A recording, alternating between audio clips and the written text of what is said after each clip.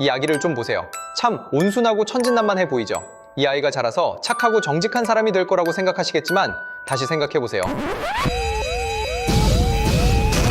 히틀러는 1889년 오스트리아 헝가리 제국의 작은 마을에서 아돌푸스 히틀러라는 이름으로 태어났습니다. 그의 아버지 알로이스 시클그루버는 사생아로 태어났지만 나중에 양아버지의 성을 따라 알로이스 히틀러로 이름을 바꿨죠. 알로이스는 오스트리아의 중간급 세관 공무원이었는데 돈이 아주 많지는 않았지만 여자 관계는 정말 화려했습니다. 처음엔 돈 많은 연상의 여인과 결혼했지만 곧바로 바람을 피우기 시작했습니다. 그중 한 명은 아주 어린 하녀였죠. 몇 년 후 그는 아픈 아내를 떠나 정부 미스트레스와 살기 시작했는데 당시 가톨릭 교회는 이혼을 허용하지 않아서 그녀와 결혼할 수는 없었습니다. 그래서 본처가 죽기만을 기다리며 그 사이에 아이를 가졌죠. 마침내 아내가 죽자 그는 정부와 결혼해 또 아이를 가졌습니다. 그런데 새 아내마저 병이 들자 그는 그녀를 돌보기 위해 훨씬 더 어린 사촌인 클라라를 고용합니다. 그리고 새 아내가 죽자마자 사촌인 클라라를 임신시키고 결혼해버렸죠. 이 순서대로 말이에요. 정말 대단한 분이죠. 클라라와 알로이스 사이에서는 3명의 아이가 태어났지만 모두 유아하게 비극적으로 세상을 떠났습니다. 그래서 네 번째 아이인 아돌프가 태어났을 때 클라라는 그를 금이야 오기야 키우며 아주 오냐오냐 버릇없이 만들었습니다. 이후 히틀러 부부는 2명의 아이를 더 낳았고 이사를 몇 번 다니게 되면서 아돌프는 초등학교를 5군데나 옮겨 다녀야 했습니다. 아버지는 엄격하고 화를 잘 내는 성격이었는데 큰아들이 집을 나가버릴 때까지 그 화풀이를 주로 큰애한테 다 쏟아부었습니다. 결국 큰아들이 14살 때 가출해버리자 7살이었던 아돌프가 집안일을 도맡아 하며 아버지의 꾸중을 듣는 처지가 됐습니다. 결과적으로 아돌프는 아버지와는 아주 힘든 관계를 맺은 반면 아들의 건강을 과하게 걱정하는 어머니에게는 엄청나게 집착하게 됐죠. 처음에 히틀러는 학교 생활을 잘했습니다. 성적도 좋았고 선생님들도 칭찬했죠. 친구들 사이에서도 인기가 많아서 애들을 모아놓고 전쟁 놀이를 하곤 했습니다. 독서도 좋아했는데 특히 카우보이와 인디언 이야기를 좋아했죠. 하지만 머리가 굵어지면서 사고를 치기 시작합니다. 담배를 피우다 걸리기도 하고 근처 과수원을 서리하러 가기도 했습니다. 무엇보다 오스트리아 제국을 지지하는 종교 선생님에게 위대한 독일 국가 아래 모든 게르만 민족이 통합되어야 한다는 상징적인 몸짓을 보이며 합스부르크 오스트리아에 반항하는 짓을 일삼았습니다. 애들이 다 그러는 법이죠. 이 모든 행동은 아버지 알로이스를 격분시켰고 아버지는 아들을 엄하게 체벌했습니다. 히틀러가 살던 오스트리아 헝가리 지역은 과거 독일 연방의 일부였기에 많은 사람이 스스로를 독일인이라 생각했습니다. 아돌프는 아버지가 하는 말은 무조건 반대로 하는 경향이 있었는데 마침 아버지가 오스트리아 공무원이다 보니 히틀러는 지독한 독일 민족주의에 빠져들게 됩니다. 아버지는 당연히 또 격분해서 아들을 엄청나게 때렸죠. 이 무렵 가족에게 비극이 찾아옵니다. 아돌프가 정말 사랑했던 6살짜리 남동생이 홍역으로 죽은 겁니다. 당시 아돌프는 10살이었는데 동생은 집 바로 맞은편 공동묘지에 묻혔습니다. 이 시기를 기점으로 이웃들은 소년이 변했다고 말합니다.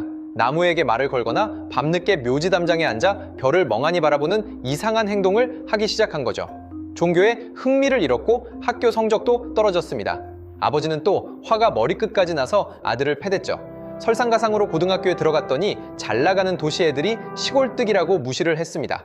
결국 낙제를 해서 학년을 유급해야 했고 수업에는 관심도 없이 오직 독서와 그림 그리는 데만 시간을 보냈습니다.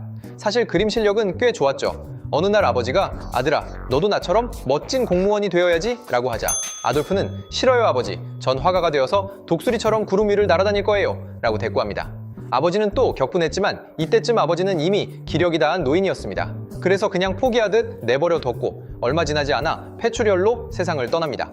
히틀러는 겨우 마지막 학기를 마쳤는데 졸업장을 가지고 엉덩이를 닦는 짓을 하며 취할 때까지 술을 마시는 전형적인 방식으로 자축했습니다. 하지만 결국 최종 졸업시험은 치르지 않고 자퇴해버립니다.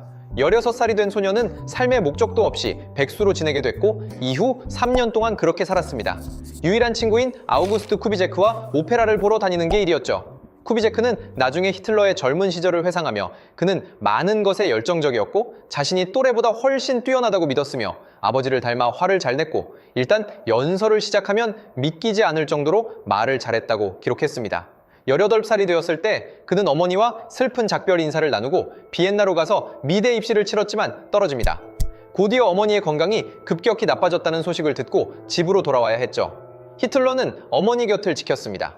어머니가 결국 세상을 떠났을 때 담당 의사는 히틀러처럼 큰 슬픔에 잠긴 사람은 본 적이 없다고 말할 정도였습니다. 히틀러는 다시 비엔나로 돌아가 예술가로서의 길을 찾으려 했지만 실패합니다. 부모님의 도움도 끊긴 채 20대 초반의 히틀러는 거리로 나앉게 됩니다. 노숙자 쉼터를 전전하며 자기가 그린 엽서를 팔아 푼돈을 벌며 거친 몇 년을 보냈죠. 히틀러의 극단적인 사상이 정확히 언제 어떻게 형성되었는지는 꼬집어 말하기 힘들지만 비엔나 시절이 큰 역할을 했을 겁니다. 당시 비엔나는 반유대주의가 널리 퍼져 있었고 히틀러가 지지했던 시장 역시 노골적인 반유대주의자였습니다. 히틀러는 당시 유행하던 우익 반유대주의 소식지들을 탐독하며 음모론을 믿기 시작했습니다. 여러 인종이 끊임없이 투쟁하고 있으며 독일 아리아인이 가장 순수하고 유대인이 가장 최악이라는 생각에 확신을 갖게 된 거죠. 오스트리아 헝가리 제국은 열등한 인종들이 섞여 있는 다민족 국가였기에 히틀러는 이를 싫어했습니다. 그래서 24살 때 군 복무를 피하기 위해 독일 뮌헨으로 도망쳤고 거기서 1년 더 불황자 생활을 하다가 거대한 사건을 맞이합니다. 1914년 유럽의 오랜 긴장이 폭발하며 제1차 세계대전이 터진 겁니다. 유럽 전역의 군중이 소식을 듣고 환호했습니다. 며칠 만에 히틀러는 독일군에 자원 입대합니다.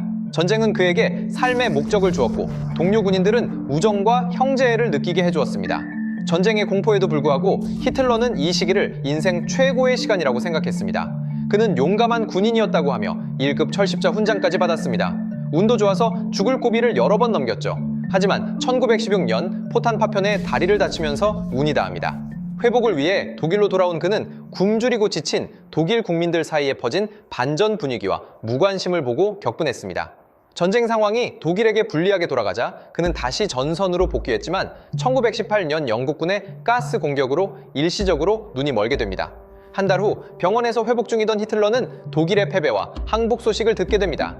평화조약, 베르사유 조약의 조건은 독일에 너무나 가혹했습니다. 엄청난 배상금을 내야 했고 군대도 대폭 줄여야 했죠. 이는 독일을 약화시켰고 독일인들에게 굴욕감을 주었습니다. 전쟁 후 유럽의 국경도 바뀌었습니다. 러시아가 잃은 땅에서 새로운 나라들이 생겨났고 오스트리아 헝가리 제국은 해체됐으며 독일을 둘로 나누는 거대한 새 나라 폴란드 회랑 등가 생겼습니다. 자신이 사랑하는 조국이 이렇게 굴욕을 당하는 것을 본 히틀러는 이 사태에 책임이 있는 자들에 대한 증오가 커졌다고 말했습니다. 그가 말한 책임자들이란 바로 배후에서 반전 선동을 퍼뜨려 독일의 등을 찔렀다고 믿었던 공산주의자와 유대인들이었습니다.